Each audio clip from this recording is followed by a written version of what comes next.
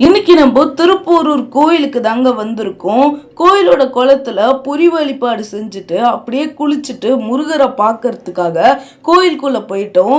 இங்கேயே பிள்ளையாரும் இருந்தாரு. இவரை வணங்கிட்டு அப்படியே நம்ம விளக்கு வாங்கி விளக்கு ஏத்திட்டோம்.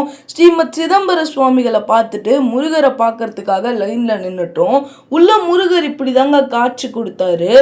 இங்கே அட்சய பாத்திரம் இருந்தது. அதை பார்த்துட்டு அப்படியே கோயிலை ஒரு தடவை சுத்திட்டு இருந்தோம். சிவனும் இங்கேயே நம்ம காட்சி கொடுத்தாரு. இங்க பக்தர்கள் எல்லாம் காவடி எடுத்துட்டு இருந்தாங்க. உள்ள இருக்கிற முருகருக்கு அர்ச்சனை கிடையாது. இங்க தான் நம்ம அர்ச்சனை பண்ணணும். இங்க புதுசா கல்யாணமானவங்க எல்லாம் வந்திருந்தாங்க.